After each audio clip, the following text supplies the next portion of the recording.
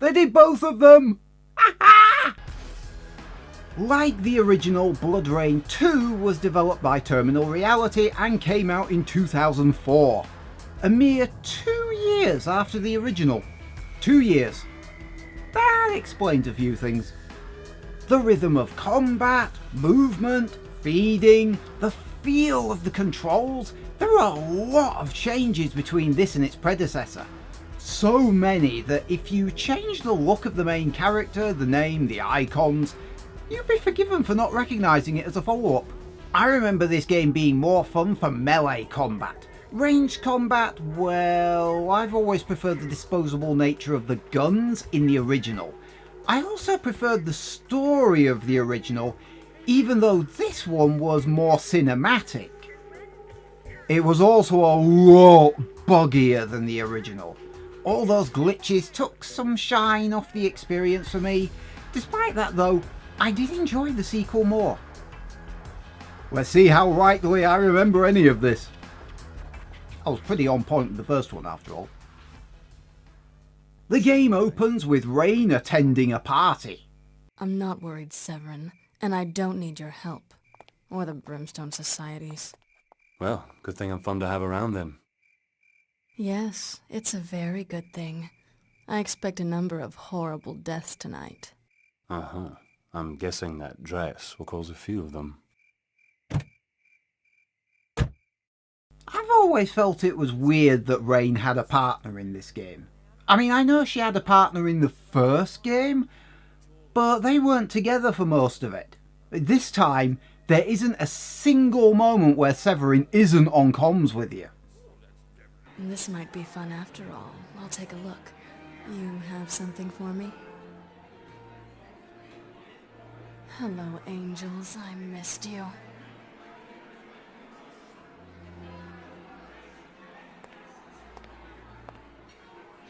Not your style, Rain, but you'll want to be a little cautious, okay? Oh, that's real nice. Both hands on the stairrail, please. Here we go! First thing you'll notice is left stick controls movement, right stick controls the camera.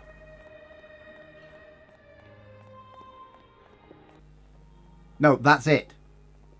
In the first game, the controls were the same, but Rain always faced the same direction as the camera. It took a bit of getting used to. This time round, new players should find it easier to get into. The X button jumps. Normally I wouldn't explain something so simple, but aiming for the centre of the floor below is mandatory.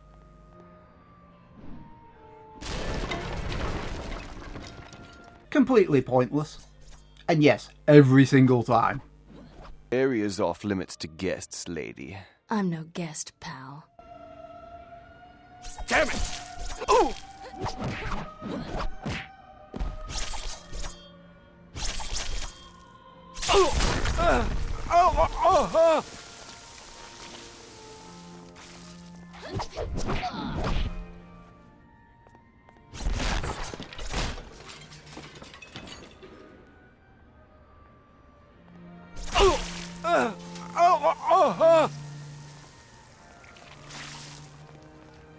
You may have already noticed there's a definite shift towards melee combat. The first game had a blend of melee and gunfighting, thanks in part to its disposable guns you could grab from any enemy that took a shot at you. But here, most enemies will engage you in close. Another thing you'll notice is the combat is slower paced and much more deliberate. Again, the first game had you frantically mashing a single button. Try that here and you'll have your ass handed to you. Careful use of dodging is vital. Standing in front of the enemy will just cause you to be block locked. And here's where the game introduces a brand new mechanic.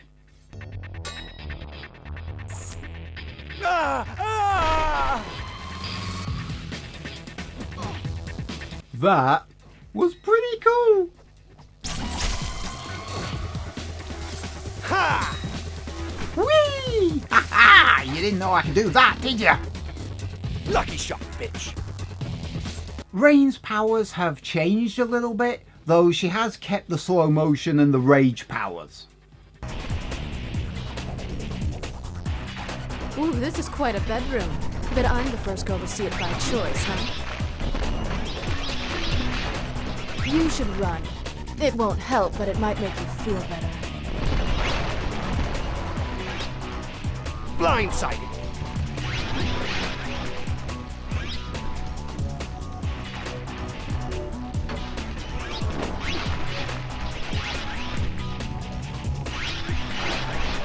Okay, this is something the game will do very frequently.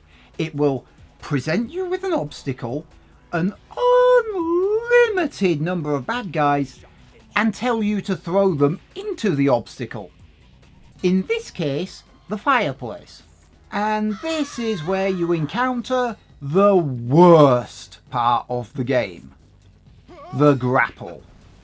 It's an interesting idea and fun when it works. Except it doesn't work most of the time.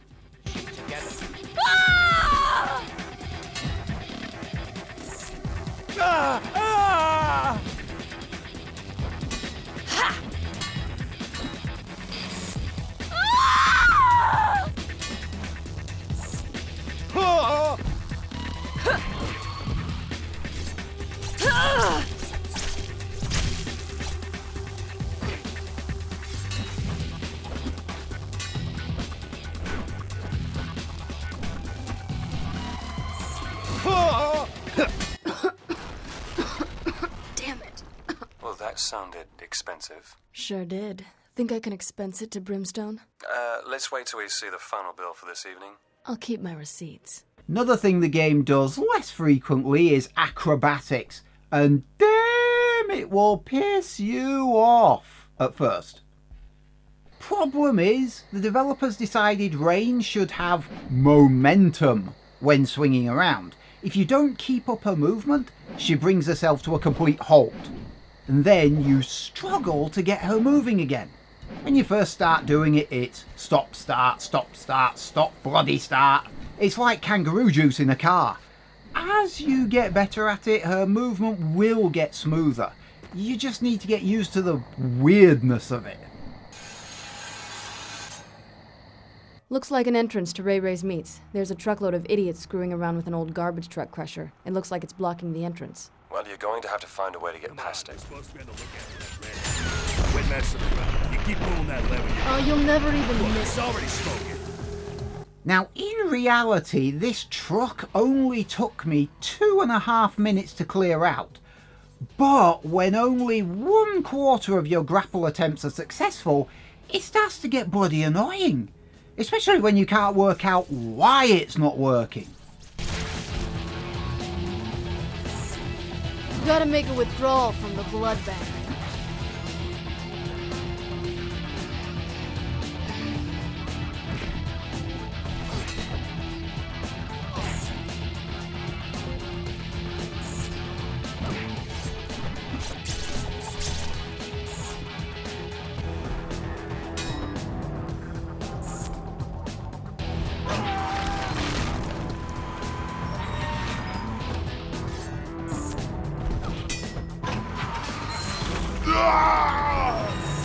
Your quarry are taking the high road. I see that. What's between me and them? Why, the fabulous Club Straighters. Oh, shit. Specifically, this bit. This section was a small square, 10 minutes, and 3 lives to complete. That makes it sound like I was pissing around. I wasn't. The idea is to throw 4 enemies into the 4 speakers. Except you have to throw the 4 enemies into the 4 speakers at the same time. And if you pussyfoot around, the enemies start falling off the speakers. Which means you have to start again.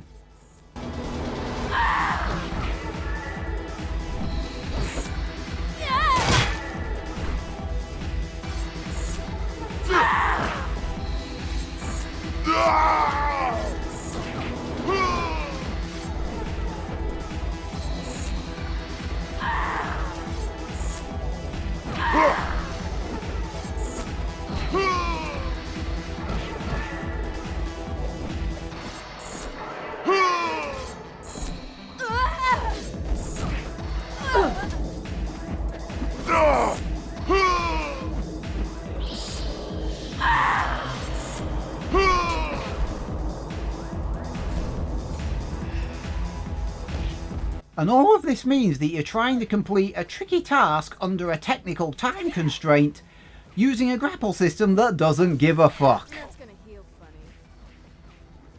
There's a section through the sewers, because no monster game will be complete without a trip through a sodding sewer.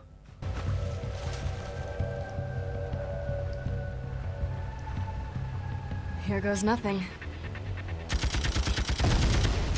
Oh, this rocks. You got some big guns? Can you use them to blast through? You think? Those gas tanks look like they could use some heavy artillery. Biting a bad guy slowly drains their health gauge into yours, same as the original. However, now, interrupting the feeding with a blade or kick transfers their health into your rage meter instead. Rage fuels your special powers, so it's like a recharge. Once you have the guns, you can also interrupt the feeding by pulling the trigger to drain the enemy's health into the gun's blood reservoir. Yeah, enemies are now health, rage, and ammo pinatas.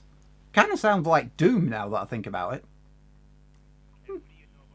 Better put it in gear, Rain. I'm seeing the pumps is totally backed up and high tide is coming in fast. You need to do everything in your power to move faster. Oh yeah, I forgot about super speed. Defeating certain enemies grants upgrades to your base powers, and unlike the first game, fuck extruded view, all of these powers are actually practically useful. My problem is that I keep on forgetting that I've got them. Another boss, and guess what? It involves the grapple. Oh joy! Sarcasm. See, that wasn't so tough for you, was it? You old rogue Dampier, you. Now, do you see a way to get to the upper level? I have bowel in my hair. Rain, climb up to the upper level. Next up is something else entirely new. Sunlight. You can step into it, but your health will drain away. Bigger enemies are here too, although thanks to T2 Blood Fury, they're a pushover.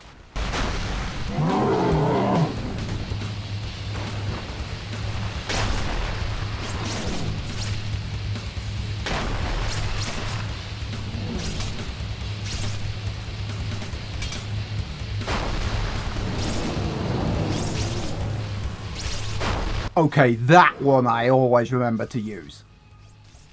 Okay, this grapple section sucks as well. Fling 6 enemies into the vat to clog and explode the pipe. Except this time the sucky part, actually throwing the enemies into it, is made worse by having to sit through the same interminable cutscene every time one gets thrown in.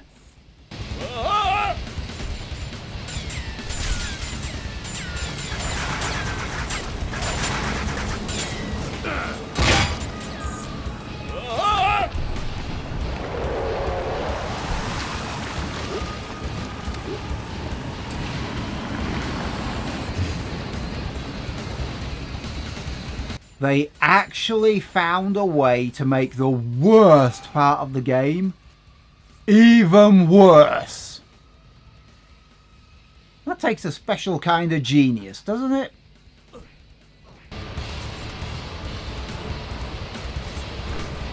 Oh, hell no! A female Dampier! These are considerably tougher than any other enemy you've encountered so far. In fact, I'd go as far as to say they are the single toughest enemy in the entire game. Melee combat, but they don't blitz you mindlessly like their male counterparts do. They have a pair of pistols, same as you. They use acrobatics, same as you. Basically, you're fighting an evil version of yourself. And it's hard. And takes patience. And honestly, a one-on-one fight with them are the best part of the game.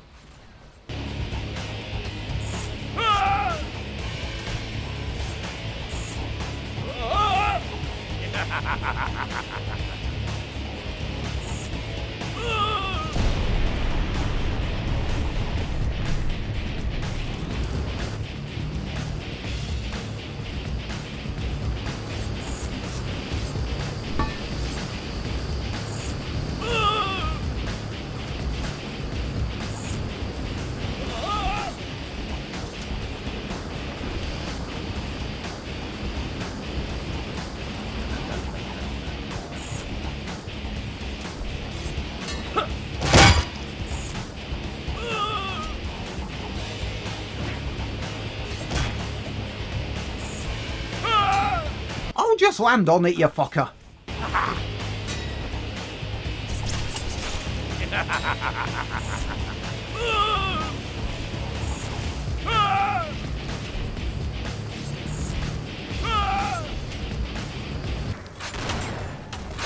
Heading up the tower, slashy slashy, stabby stabby.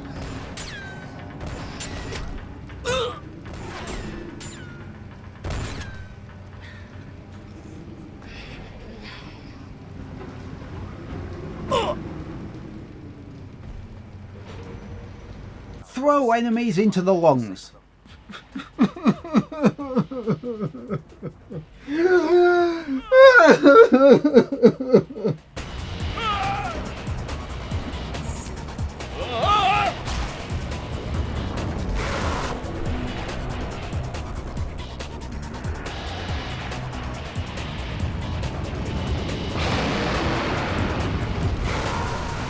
I wouldn't mind half as much, but you only have to get 2 enemies in there. And you have to wait through a bloody cutscene every time you get close, but miss.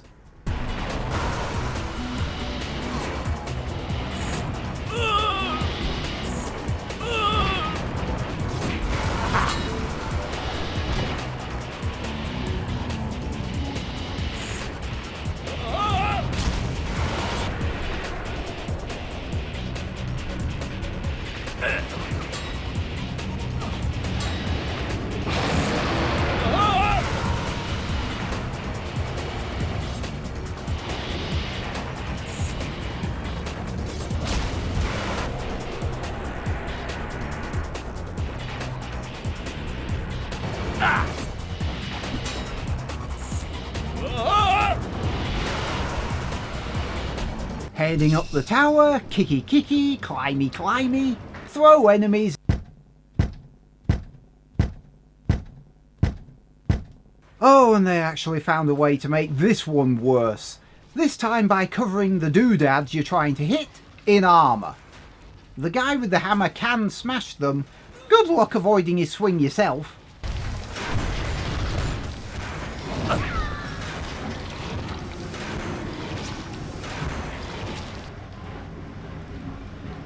Okay, what do we have here? Gate I want to get through but can't. Crashed chopper with spinning rotors, seemingly endless supply of determined minions. I feel a plan coming on. The zoo has tougher ninja enemies who are better at tracking your position when you leap round them. Also, you can't knock that sword out of their hands.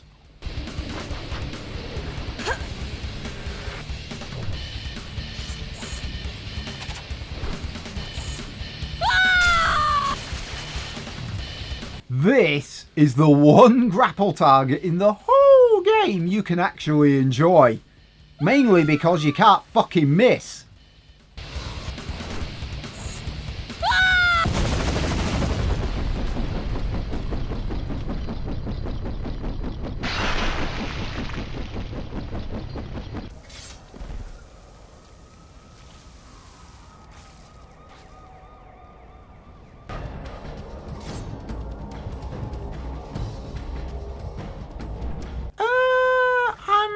Thinking stay away from it, maybe? Swarms of things are never healthy in video games. Hey boys, that's a sweet machine you got there. But to really appreciate how it works, you need to see one from the inside. Really? Do they really?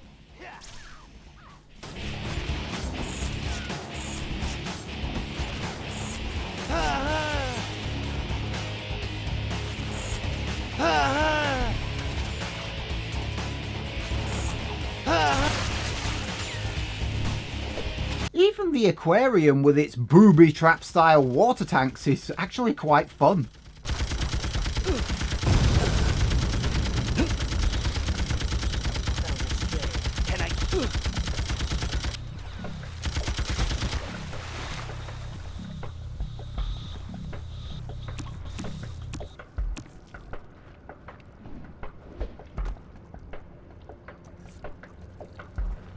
You don't know me? Why, I am Xerxes Megastophily, Grand Inquisitor. Severin, Yes, he's on the list. Full-blooded direct descendant of Kagan. Your half-brother. Zerx is like 3 down from the top. Do you ever read anything? Fuck off.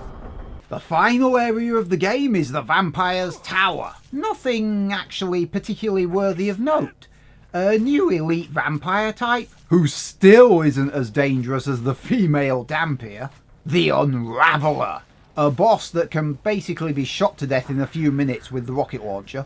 And of fucking course, a printing press that can only be broken by grapple throwing enemies into it, wouldn't you know it?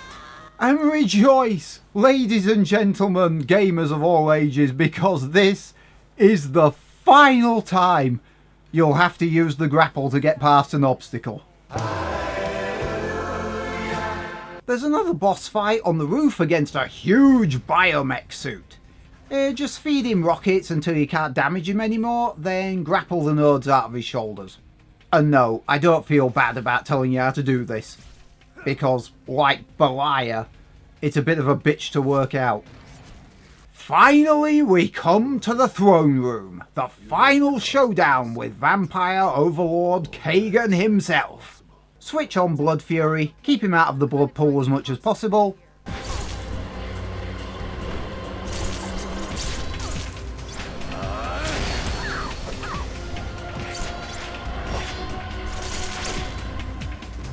The shroud cannot be revoked. The world is ours. In Eternium. You mean the world is yours, right? I find it hard to believe you share it. But that's a fault of your imagination. Is there Do no you believe end I to could her have affected such global change myself? You built me up beyond reason. There are many others like me. All over the earth. Each currently presiding over his own vampire kingdom. This is for my mother. This is for my city. And this is for my angry little misspent life. You rat-sucking son of a bitch. Job done. Melee combat is much improved, having a greater array of moves at your disposal. Gun combat, on the other hand, is weaker. You may have 6 firing modes for them, but they all draw ammo from the same blood reservoir. Plus, you don't get many shots for each one. Add that to your health and rage meters also competing for the blood. I almost didn't mention the cheat codes. Just like the first remaster, yeah, most of the cheats have been disabled because trophies and fuck you. I'm not angry, I'm disappointed. Okay, I'm kind of pissed as well. But the one crowning turd is undoubtedly the grapple. It's an awesome idea, badly implemented and buggy as fuck. If ever there was a Bloodrayne game in desperate need of a complete rebuild and re-engineering from the ground up, it's Bloodrayne 2. If only to sort out the grapple. I mean, for crying out loud, they tweaked Bloodrayne Betrayal before releasing it.